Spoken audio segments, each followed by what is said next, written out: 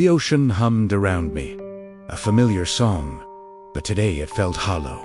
One moment, I was gliding through the deep blue with my family, our massive bodies moving as one. The next, a deafening roar of a colossal ship ripped through the water, scattering us like frightened fish. When the noise faded, I was alone. The water was empty. My pod was gone. A knot of panic tightened in my chest. Primera Ka let out a long, low song that should have echoed back with the voices of my mother, my brothers, my cousins. Only silence answered. Primera Swa, Imahayar breaking the surface, my eyes scanning the vast, empty horizon. Nothing, just the endless dance of waves and the mocking cry of gulls.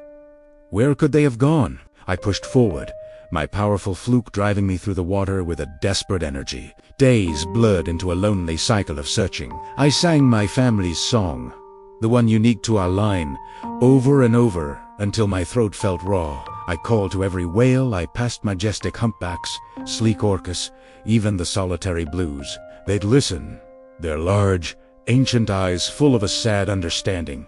But none had seen my family. None knew our song. The loneliness was a physical weight pressing down on me, heavier than the deepest ocean trench. I started to lose hope. The currents felt colder, the sun more distant. Was I the last one? Was I destined to wander this vast ocean forever, a single, lonely note in an otherwise silent symphony? One afternoon, as I drifted listlessly near a vibrant coral reef, I heard it, faint, distant, but unmistakable, a single note. It wasn't my family's song, but it was a song of loneliness, a call that mirrored the ache in my own heart. I followed the sound, my weariness forgotten. The song grew stronger, more complex, and it was different. It was higher, faster, a frantic melody I'd never heard before. I rounded a huge rock formation and saw him, a whale, but not like any I'd ever seen. He was smaller, with a strange, tusk-like tooth spiraling from his head. A narwhal far from his Arctic home. He was circling frantically, his song a cry of confusion and fear. He was just as lost as I was. I sang a soft, gentle note, trying not to startle him. He stopped, his song cutting off abruptly. He turned his head, his dark eye fixing on me. I sang again, this time weaving a bit of my own story into the Meloditha, sudden separation, the lonely search. He listened, and then he sang back.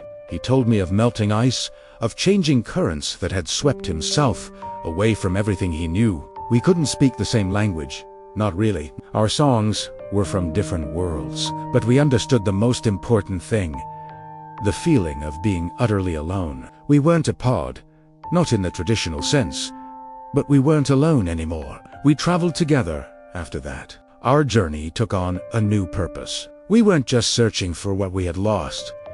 We were building something new. We learned from each other. I showed him how to breach, how to leap from the water in a display of pure joy, a trick my mother had taught me. He, in turn, showed me how to use the echo of my song, to find the most delicious krill, hidden in the dark depths. Our different songs began to weave together, creating a new, unique harmony.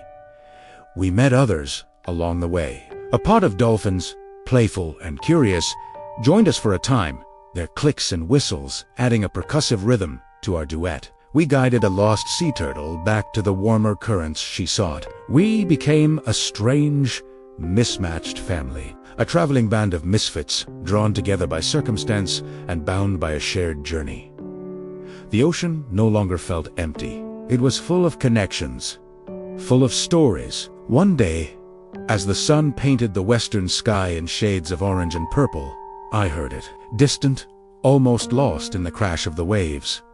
But it was there, a low, familiar rumble, a song that was woven into the very fiber of my being, my family's song. My heart hammered against my ribs. I looked at the narwhal, my friend. He seemed to understand immediately. He nudged me with his head, a gesture of encouragement. The dolphins chattered excitedly around me. They had become my pod, but my first family was calling. Primera and third. I put all my strength, all my longing, all my hope into one single, powerful call. And this time, an answer came back, clearer and closer. I swam, faster than I'd ever swum before. The narwhal kept pace beside me, a silent, steadfast companion. And then I saw them.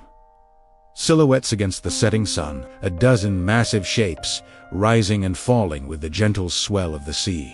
My mother was the first to see me. She let out a cry that was pure relief and love, a sound I had dreamed of for so long. I surged forward, pressing my side against hers, feeling the familiar, comforting weight of her presence. My brothers, my cousins, they all crowded around, our songs mixing into a joyous, chaotic chorus. They had been searching for me just as desperately as I had been searching for them.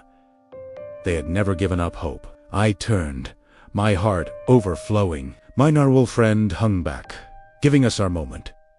Primera sa inihei to him a song of immense gratitude. I invited him to join us, to meet my family. My mother, wise and welcoming, added her voice to mine. He hesitated for only a moment, then swam forward. My pod parted to let him in. That evening, as the first stars appeared in the darkening sky, a new song echoed across the water. It was a blend of old and new, of north and south, of blue whale and narwhal. It was the song of two families becoming one. I had been a whale who couldn't find its pod. I thought I was searching for a home I had lost, but I discovered that home isn't just a place you come from. It's something you can find, something you can build, even in the middle of the vast, lonely ocean. And my home was now bigger, stranger, and more wonderful than I ever could have imagined. And our song, our beautiful, unique song, was just beginning. Thank you for watching. If you enjoyed this story, don't forget to like this video and subscribe for more adventures from the deep. See you next time.